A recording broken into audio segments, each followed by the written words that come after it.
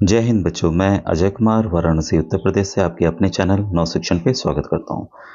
बच्चों, जब class 10th हम पास कर लेते हैं तो हमारे मन में बहुत सारे सवाल होते हैं कि हम कौन सा कैरियर लें, कौन सा सब्जेक्ट लें जिससे हम अच्छी नौकरी, अच्छी तनख्वाह वाली सैलरी प्राप्त कर सकें।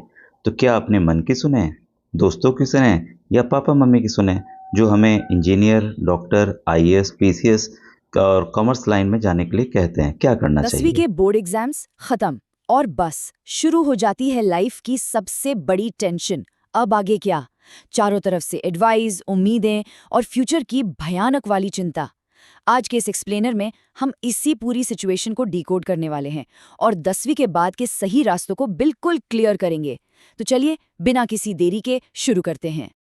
आज की इस चर्चा का हमारा रोड मैप कुछ ऐसा रहने वाला है। सबसे पहले हम बात करेंगे मिथ्स और रियलिटी की, फिर समझेंगे सही स्ट्रीम कैसे चुनें। इसके बाद आएगा एक बहुत ही अंडररेटेड चौथा ऑप्शन, एग्रीकल्चर।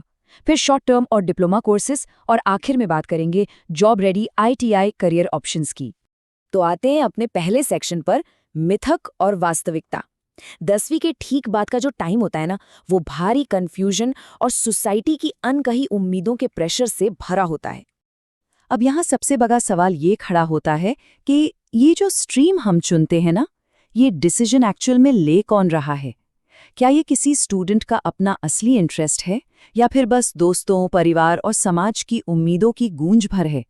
सच कहूं तो ये एक ऐसा टकराव है जिससे लगभग हर घर गुजरता है। और इससे जुड़े आंकड़े लिटरली हैरान करने वाले हैं। पता है, 80 से 90% स्टूडेंट्स अपना ये डिसीजन खुद लेते ही नहीं हैं। जी हाँ, ये फैसला उनके लिए उनके पेरेंट्स या सोसाइटी द्वारा लिया जाता है। ये डेटा साफ तौर पर उस मेंटल स्ट्रेस को दिखाता है जो 10वीं पास करने वाले बच्चे आज के टाइम में महसूस कर रहे हैं। देखिए, सबसे जरूरी चीज है इन पुराने मिथ्स यानी गलतफहमियों को तोड़ना। एक बहुत बड़ा मिथक फैला हुआ है कि आर्ट्स तो कमजोर बच्चों के लिए और साइंस का मतलब है सिर्फ डॉक्टर या इंजीनियर बनना, जबकि रियलिटी क्या है? रियलिटी इसके बिल्कुल उलट है। आर्ट्स हमें देश के टॉप लीडर्स और सिविल सर्वेंट्स देता है और साइंस आज के टाइम में एआई और टेक्नोलॉजी को ड्राइव कर रहा है। सच तो ये है कि कोई भी स्ट्रीम अपने आप में कमजोर नहीं होती। चलिए अब आगे बढ़ते हैं सेक्शन 2 की तरफ, सही स्ट्रीम का चुनाव। अब हमें ये समझना है कि अपने नेचुरल टैलेंट और ताकतों के बेसिस पर इन तीनों ट्रेडिशनल स्ट्रीम्स के बीच कैसे नेविगेट किया जाए। अगर हम इन स्ट्रीम्स को ध्यान से समझे ना, तो साइंस के लिए एक लॉजिकल सोच और प्रॉब्लम सॉल्विंग में इंटरेस्ट चाहिए होता है, जो सीधा टेक और एआई के दरवाजे खोलता है। कॉमर्स के लिए एक प्रैक्टिकल अप्रोच और नंबर्स या फिनेंस में इंटरेस्ट चाहिए, जो आपको स्टार्टअप्स और ग्लोबल इकोनॉमी की तरफ ले जाता है। और आर्ट्स आर्ट्स के लिए चाहिए क्रिएटिविटी और ह्यूमन बिहेवियर की समझ, जिसका सीधा रास्ता सिविल सर्विसेज, लॉ और मीडिया की तरफ जाता है। अपनी ताकतों को इस तरह से मैच करना ही ना 11th और 12th में सक्सेस का असली सीक्रेट है।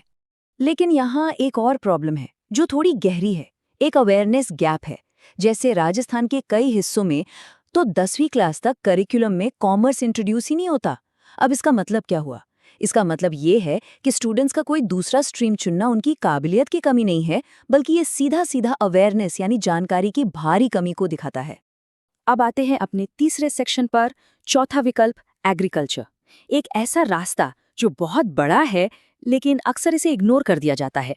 देखिए, जहाँ हर तरफ सिर्फ साइंस, कॉमर्स और आर्ट्स का ही शोर मचा हुआ है ना, वहीं एग्रीकल्चर एक बहुत ही प्रैक्टिकल और मजबूत चौथे ऑप्शन के तौर पर खड़ा है।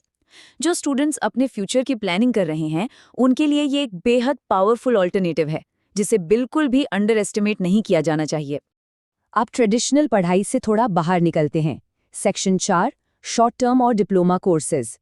आज के टाइम में जितने प्रैक्टिकल कोर्सेज अवेलेबल है ना, उनकी वैरायटी देखकर सच में हैरानी होती है। ट्रेडिशनल डिग्रीज के बाहर भी एक बहुत बड़ी दुनिया है जहां शानदार करियर बनाए जा सकते हैं। ये जो पॉपुलर शॉर्ट टर्म प्रोग्राम्स हैं, जो 6 महीने से लेके 2 साल तक के होते हैं, ये उन स्टूडेंट्स के लिए एकदम परफेक्ट है जो जल्दी से कुछ प्रैक्टिकल स्किल सीखना चाहते हैं और जल्दी काम शुरू करना चाहते हैं। Digital marketing, graphic designing, web development से लेके tally with GST, mobile repairing और ब्यूटिशियन कोर्सेज तक, ये सब बहुत कम टाइम में सीधा वर्कफोर्स में एंट्री दिला सकते हैं। और इसी के साथ हम आते हैं अपने आखिरी और एक बहुत ही जबरदस्त नॉन ट्रेडिशनल रास्ते पर, section 5, ITI, job ready career. तो ये आईटीआई यानी इंडस्ट्रियल ट्रेनिंग इंस्टीट्यूट्स आखिर हैं क्या? सिंपल भाषा में समझें तो ये गवर्नमेंट द्वारा सेटअप किए गए इंस्टीट्यूट्स हैं जो स्किल बेस्ड वोकेशनल कोर्सेज करवाते हैं। इनका सीधा सा टारगेट है ऐसे टेक्निकल लोग तैयार करना जिन्हें तुरंत जॉब मिल सके। ये उन स्टूडेंट्स के लिए बेस्ट है जो किताबी पढ़ाई के बजाय हाथों से काम करना और टेक्निकल स्किल्स सीखना ज़्यादा पसंद करते हैं।